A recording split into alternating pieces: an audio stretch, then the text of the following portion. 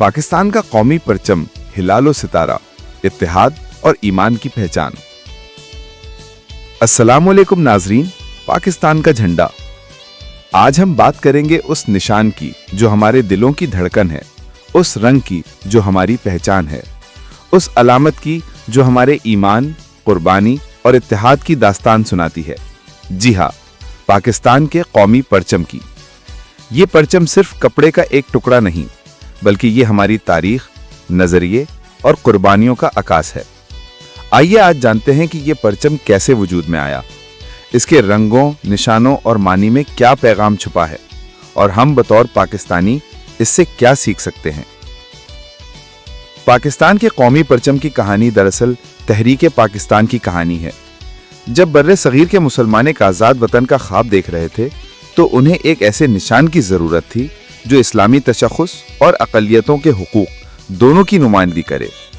ये परचम 11 अगस्त 1947 को पाकिस्तान की दस्तूर साज असेंबली ने बाज़ाब्ता तौर पर मंजूर किया और सिर्फ 3 दिन बाद 14 अगस्त 1947 को जब पाकिस्तान वजूद में आया तो यही परचम पहली बार फिजा में लहराकर दुनिया को ये पैगाम दे रहा था कि एक नया मुल्क ईमान, इत्तेहाद और नज़्म के साथ जन्म ले चुका है।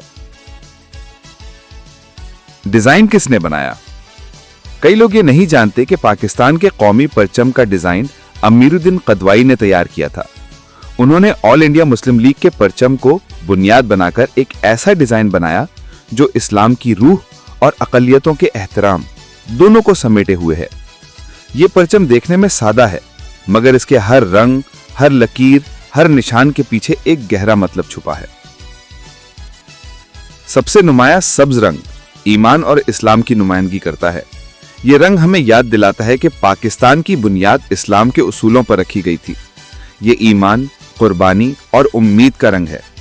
क्या हम वाकई सब्ज रंग के मायने को समझते हैं?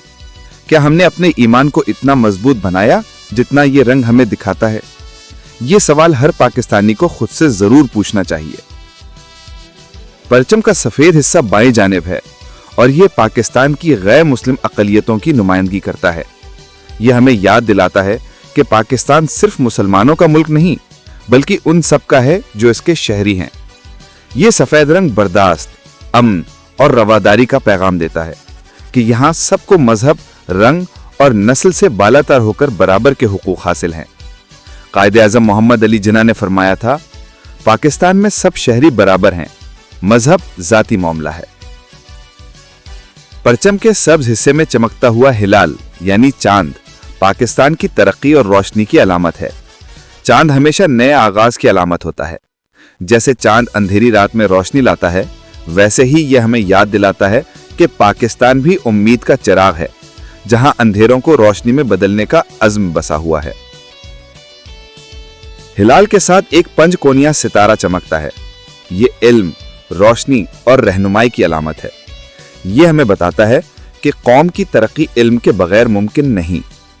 अगर हम अपने नौजवानों को तालीम दें, इल्म से मजबूत करें, तो यही सितारा हमारी किस्मत बदल सकता है। परचम का मतलब एक जुमले में। अगर हम पूरे परचम को एक जुमले में बयान करें तो यह होगा, इस्लाम की रोशनी में अक़लियतों के एहतराम के साथ तरक्की की राह पर गामजन एक पुरअमन कौम। नाजरीन, परचम सिर्फ लहराने के लिए नहीं, इज्जत देने के लिए होता है। कानून के मुताबिक परचम कभी जमीन पर नहीं गिरता, कभी उल्टा नहीं लहराया जाता, और जब कौमी परचम सरकारी इमारतों पर लहरा रहा हो तो दूसरे झंडे उससे ऊंचे नहीं होते। यह एहतराम हमें अपने दिल में भी रखना चाहिए, क्योंकि यह परचम उन लाखों शहीदों की कुर्बानियों का निशान है जिन्होंने इस रंग को बचाने के लिए जानें दी।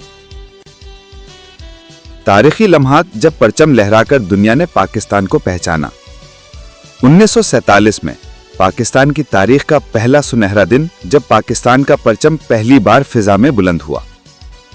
1965 की जंग में महाज़े जंग पर पाकिस्तानी फौज के जवानों ने दुश्मन की गोलाबारी के बावजूद परचम बुलंद रखा।